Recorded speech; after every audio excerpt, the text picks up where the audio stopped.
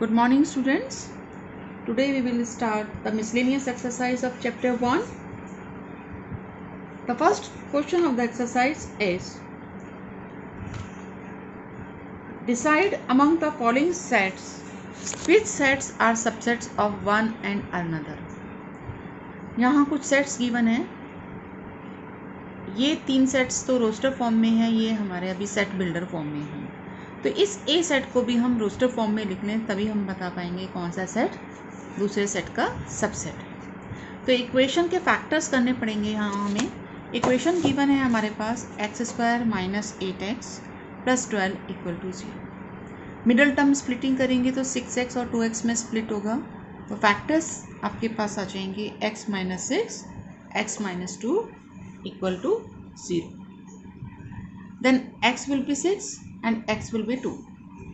So the set A is 2 6.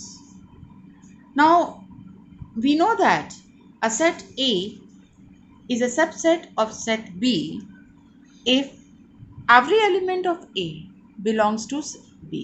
If this happens, then only we can say that A is a subset of B. Now here this set D is having only one element 6. So it is the subset of all the 3 sets A, B and C because 6 belongs to all the 3 sets. So D is a subset of A, D is a subset of B and D is a subset of C.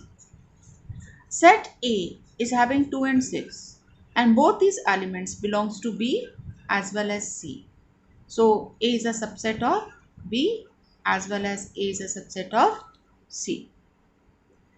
Now B set is 2, 4, 6 and all the 3 elements belongs to set C also.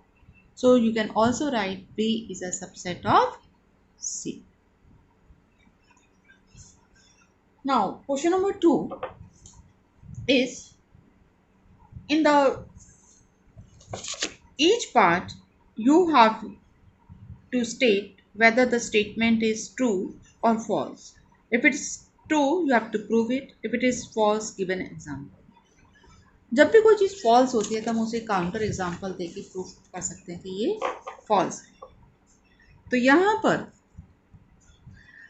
हमारे पास है कि अगर x belongs to a and a belongs to b,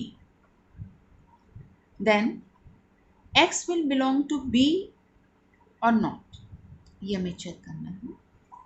तो इसे हमने एक example लिया है.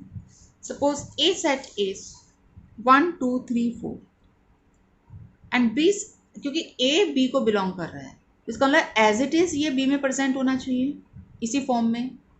तो इसलिए A पूरा का पूरा B में रहेगा ही.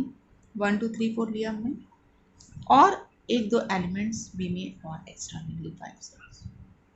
अब यहाँ ये कंडीशन ट्रू हो रही है कि x 2 बिलोंग्स टू A. एक एलिमेंट हमने लिया 2 जो कि A में बिलोंग कर रहा है और A पूरा B का में प्रेजेंट है एज इट इज फॉर्म में, सेट फॉर्म में ही. लेकिन जो 2 है it does not belongs to B क्योंकि 2 इस सेट के अंदर है. ये 2 इसके एलिमेंट नहीं है, अलग से सेपरेट एलिमेंट की फॉर्म में नहीं है, तो 2 B को बिलोंग नहीं कर रहा. So we can say that it is false. Second part is, if A is a subset of B and B belongs to C, then whether A belongs to C or not. यहाँ भी हमने एक example ले लिया. Suppose A set is 1 2. अब A B का element है, इसका B का सबसेट है. इट मीन्स A का हर एलिमेंट B में प्रेजेंट होना चाहिए. सो B हमने एक सेट ले लिया 1 2 3 4 जिसमें 1 2 तो होना ही चाहिए. आप कुछ भी ले सकते हैं यहाँ 1 2 के अलावा.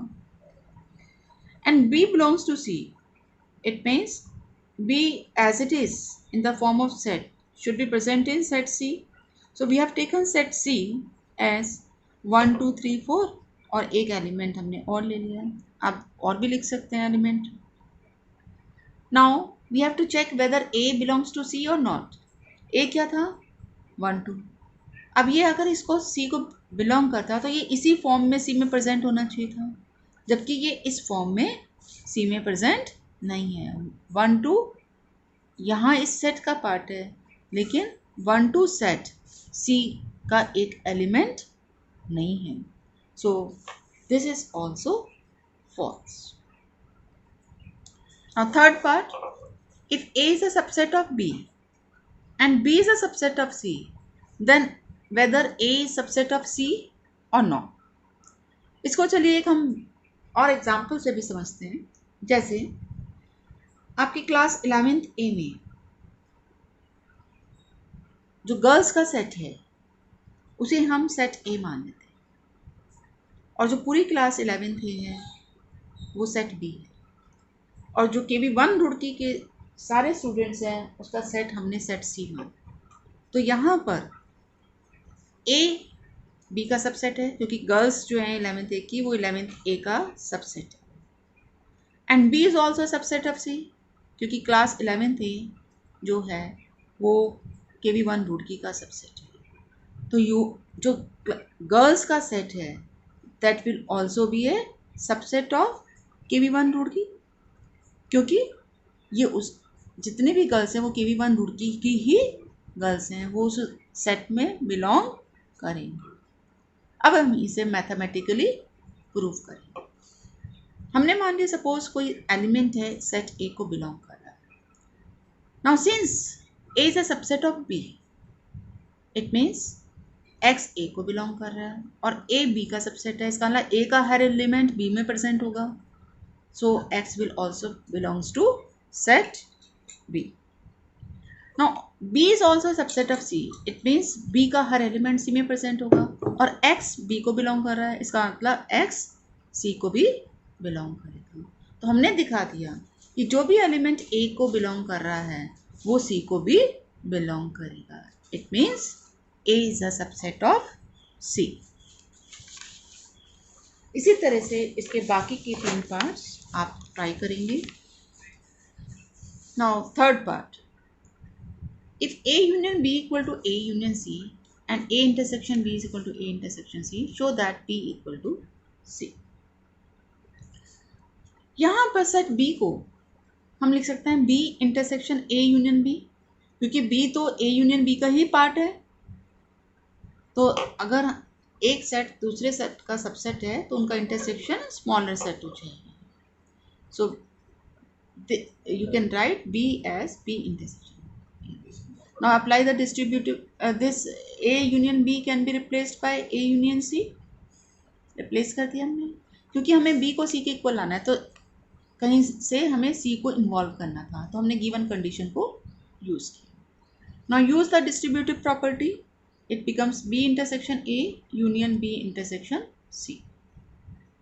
Now A intersection B is equal to A intersection C, so replace it by that. Yeah.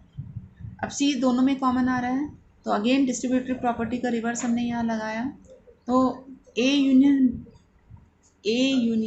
C A union B intersection C हो जाएगा ना। जब आप इसमें डिस्ट्रीब्यूटिव प्रॉपर्टी लगाएंगे तो आपके पास पहले आएगा A intersection C, then union B intersection C, but A union B equal to A union C, so you can write it as A union C intersection C। अब C A यूनियन C का ही subset है, तो इन दोनों का intersection क्या होगा, set C, और यही हमें प्रूव करना था कि B equal to C। That's all for today. Now complete the questions up to question number 3।